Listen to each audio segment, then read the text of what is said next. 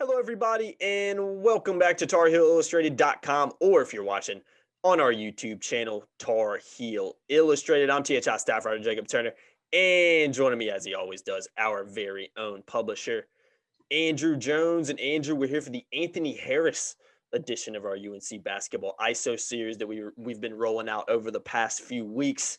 If you haven't seen the other videos, make sure you go check those out after this one is done. But before we dive into this one, as you can see, linked below, head on over to our website, TarHeelIllustrated.com. You can also find the link to that in the description below and sign up to be a premium member, and to get access to our premium message boards for just $8.33 a month. The recruiting dead period is officially over after what seemed like, 15 months, I think was how long it was closed, something like that.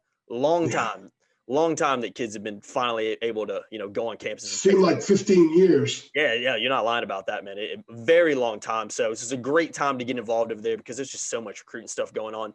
Dina King's been all over the place with her VTO football camps. David Siss has been all over the place, checking out different basketball tournaments and all that stuff, interviewing recruits and targets and all that kind of stuff. So make sure you head on over there to get access to that. The majority of the recruiting stuff that we do is either in the boards or it's a premium article linked on the front. You can't read it unless you're signed up. So if you're really interested in what kind of goes along with Carolina football and basketball recruiting, it's a great time to sign up for our premium message boards for just $8.33 a month. And it's a great time during the offseason ahead of the season because we go where the Tar Heels go. Football, basketball, it doesn't matter. We are there. So go ahead and sign up for just $8.33 a month after this video is over. But AJ, let's dive into Anthony Harris on this one. Played 16 games last season for the Tar Heels, averaged 11 minutes, 3.2 points, 1.3 assists, 1 rebound, shot 44.2% from the floor and 25% from three-point land. Now, Anthony's been an interesting one because he obviously came in during his freshman season, was recovering from that knee injury, and then hurt it again against Yale. Didn't see him for a long time. Only played in 16 games last year. Show glimpses. I think we've seen glimpses of what he can do in terms of an energy guy. And there was a couple games in particular during the season, I don't remember who they were against, where Anthony came in and gave the team a lift when they really needed it. And a lot of it was just from effort. It was getting up and down the court, getting out in transition, making good passes, just being active. And I think that's one thing that Anthony Harris has, to his credit, done pretty well over the past couple of seasons. I think there's a lot to be desired in terms of his jump shot, in terms of his three-point ability. But I think what you get in Harris is an energy guy that once he's fully healthy and stays healthy, I think he's really going to continue to improve. But, that's just kind of, unfortunately for him, been kind of the story of his career over the past, going back to high school over the past 3 seasons, really, is just staying healthy and feeling healthy. Projecting what kind of player he's going to be, it's probably more difficult with him than anybody else in the roster because he has not had an off season at Carolina yet. The summer before his freshman year, he was rehabbing. Last summer, everything was shut down. He was still rehabbing. He was back home. He was trying to get healthy. So this past season, we started keeping tabs. When is Anthony Harris going to return? The question was being asked to Roy in October, and it got to the point where Roy was like, "Guys, come on, we're not trying to cover up anything from you. We'll let you know when he's ready to play." Well, technically, they didn't give us advance notice. But we kind of sensed it was coming along because he dressed for a couple of games and went through warm-ups. So that's always an indicator of guys getting healthier. And then down in Tallahassee, I was down there. It was January 16th. Tar Heels were struggling. Florida State, they weren't able to get much offense going. They only had like 22 shots in the post that game, so they weren't fluid at all. They hit some threes and stuck around, but what they got was a burst of energy from Anthony Harris. I'll never forget. We had elevated media seats in Leon, or it's not Leon County Civic Center, whatever it used to be. Tucker Center is what it's called now. I'm going way back with Leon County Civic Center, back in the earlier days of going there. We used to be on the floor in the end zone. Now we were kind of elevated. So it's kind of good because I was watching the bench a lot. And with the spread out bench during the COVID era, you could see a lot of stuff. We've talked a lot about different conversations coaches have had with players after a player comes out that goes on for a while that wouldn't have occurred in the old bench situation. So Roy turns around and says something to Doug Halverson, or to trainer, to Doug Halverson. And next thing you know, Anthony Harris gets up, gets on the bike, rides a bike for a minute, and then he's in the game. Like, wow, this is newsworthy. This has been not the most eventful team to cover. And here we got Anthony Harris coming in. So this is something new and different. And he gave them an enormous boost. Had 4 assists. I think he only played like 9 minutes.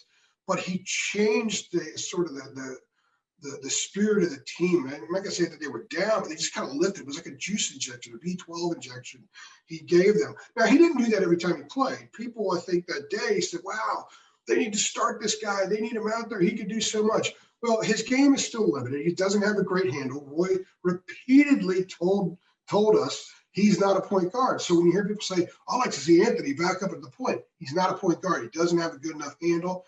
Maybe that changes this offseason, but up to the end of this past year, not a point guard. Struggles shooting the ball. Doesn't have a great looking shot. It's not a floater guy. He's not a three-point guy. He's a driver. He could be a really good defender. He could be a guy that if you need to press some, you throw an Anthony Harris out there. He could be extremely effective in both ends of the court. He could turn a turnover into a basket quickly. He could do a lot of those things. I want to see what kind of player he is in conventional half-court situations, if he can put the ball on the floor and help you that way, or if he could come off a screen, catch and shoot and help you that way.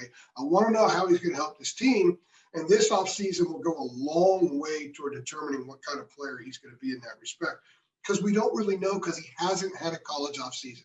Imagine he's going to be 21 years old, and he hasn't had a college offseason yet. Now he's getting that. So I'm looking forward to seeing that. I think he's a guy similar to what we said about Leaky Black, a guy who'd be very happy to be a part of something special, a part of a winning program. He can become the dirty work guy, a very athletic version of the dirty work guy. It's just the skill stuff that we haven't seen enough of yet. So that makes it very difficult to project that he'll do those things. But you know what? Like I said, he's got an off season now. Let's see what he looks like in November and December before we get a really good idea of the kind of player he's probably going to be his last few years at Carolina. Yeah, it's an interesting one. I'm glad you mentioned the offseason thing because, offseason is huge. And, it was a shame last year with COVID.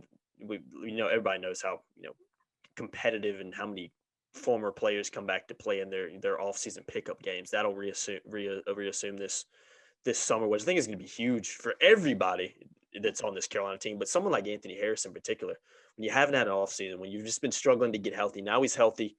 He's going to be playing up against some really, really elite competition, guys that played in the NBA, guys that have played in the NBA for a long time. Also guys that aren't in the NBA, but were very good Carolina basketball players that still can play. So I think with that in mind, it's going to be huge for him. And, like we've talked about, it's just been real health with him. It's just been getting those knees healthy and feeling comfortable out there. And, a knee's a really tough thing to injure to when you're a basketball player. I think it takes a little bit of time to kind of get that confidence. Especially when you do it to both knees. Yeah. You got to feel for the kid. And I'll never forget the photos that Jenna Miller took, who's a photographer during the Yale game. She had a great angle on him, and you just see the bench over there. And the looks on some of the guys' faces was just devastation. So really interested to see the kind of player he can be. I wanted to kind of ask you what his role is going to be, or what you think his role is going to be on this team. But as he kind of said, let's see what he looks like after the offseason, and let's see what he looks like in November. Maybe then we'll have a better understanding. But if you had to guess, what do you think it is? Energy guy, a guy that maybe I think it's open-ended. I think the answer is open-ended. Yeah. And to go back to the offseason thing, playing against those guys would be really, really important. He needs an offseason where, as a healthy human being, he could work on his handle. Yeah. As a healthy human being, he could work on his jump shot. He hasn't done that the last two off seasons. If you're on crutches, you cannot work on your handle. Yep. If you're on crutches, you can't work on your shot. You can't practice popping off screens, catch and shoot. You can't take 500 three-pointers a day if you're on crutches. So it's just the simple skill stuff that he has time now to work on and refine. And, maybe they're changed his shot a little bit. We don't know if that has happened in the past. Ask Donald Williams how his shot was changed a little bit when he got to Carolina. Worked out pretty well for him. I'm not saying Anthony Harris can beat Donald Williams, but my point is he's got an opportunity now really work on those skills. He didn't start playing until the 9th game of his first year at Carolina, and it was at Virginia on a team that was already falling apart. Okay, so he entered into a bad situation. They beat UCLA in Las Vegas because of him. He had 14 points, I think it was, that game. Without Anthony Harris, they don't win that game. Then they come back a week later and he gets hurt against Yale. He doesn't play again until for almost 13 months. Then it was at Florida State. That was his first game last year, which was a difficult situation. And he played well. He gave them a juice injection. But we saw where the limitations in some of his skills made him an inconsistent player from a production standpoint. We know that he could be be an energy guy, but you got to do more than energy. Energy doesn't help, just alone doesn't help a team win. You have to do something. I think he could be a really good defensive player. I think he's got a baseline game. I think if his hand was a little bit better, I think he's the kind of guy that could be a good baseline player. He's got to be able to hit a jump shot, enough jump shots. He was 4-16 last year. It's got to be a little better than that to get time on a team that I think is going to be much better shooting the three. Caleb should be better. RJ should be better. If Kerwin's Kerwin, that'll be fine. And then Brady Manick will be out there. Justin McCoy is supposed to be a pretty good three-point shooter. Wasn't really that much so at Virginia for 2 years. So where's the opportunity for Anthony? You got to defend. You got to make stuff happen. But those skills have to be refined to find a role on this team. So I think that's mission number one this offseason. Refine the skills. Playing with the other guys is great, but he's got to put in the work every day.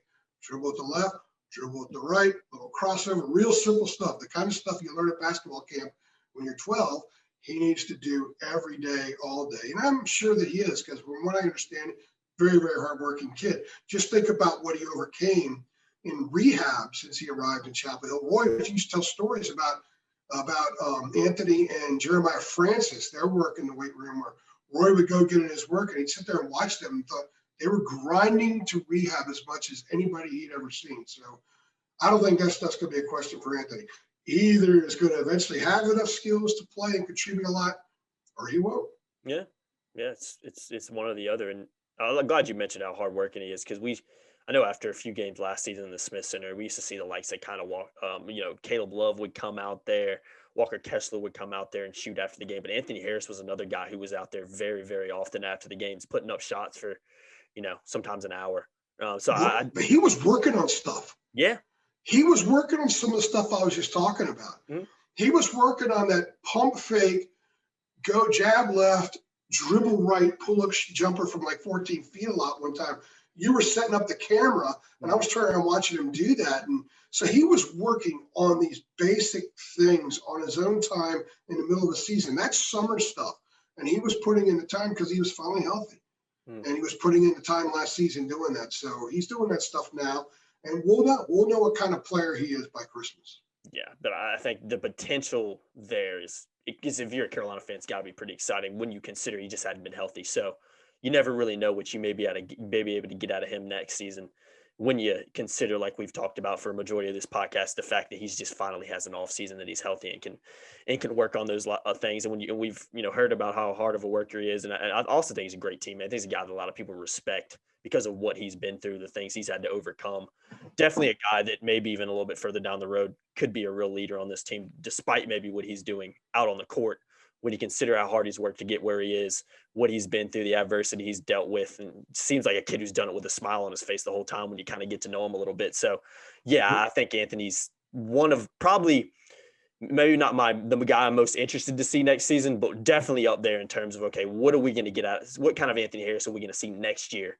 Just when you consider all the things he's been through and the fact that he can just work on basic things that a lot of guys, take for granted when you're healthy, You brought up how his teammates feel about him. Remember the looks on the faces of those players after the Yale game? Oh my God, man! You were there. We were in the players' lounge talking to players. Mm-hmm. Remember? Mm-hmm. That was somber. They won a game, which they didn't do a lot 2 years ago. They were somber. They were sick to their stomach that he had that injury. Roy, I mean, that told me everything I need to know about what Anthony Harris's teammates thought about him. Yeah, 100%. And that was. Correct me if I'm wrong. Didn't Roy reach some milestone that day too, or something like that? I forgot what it was. Yeah, something. He tied Dean.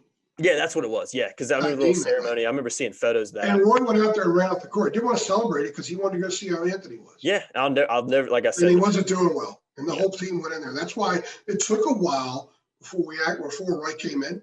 Mm-hmm. For the post game. It took a while before we got the players afterward because they were having a tough time with that. And the human stuff that you see doing this job, a lot of people don't see it. They watch on TV, the game ends, they go do something else.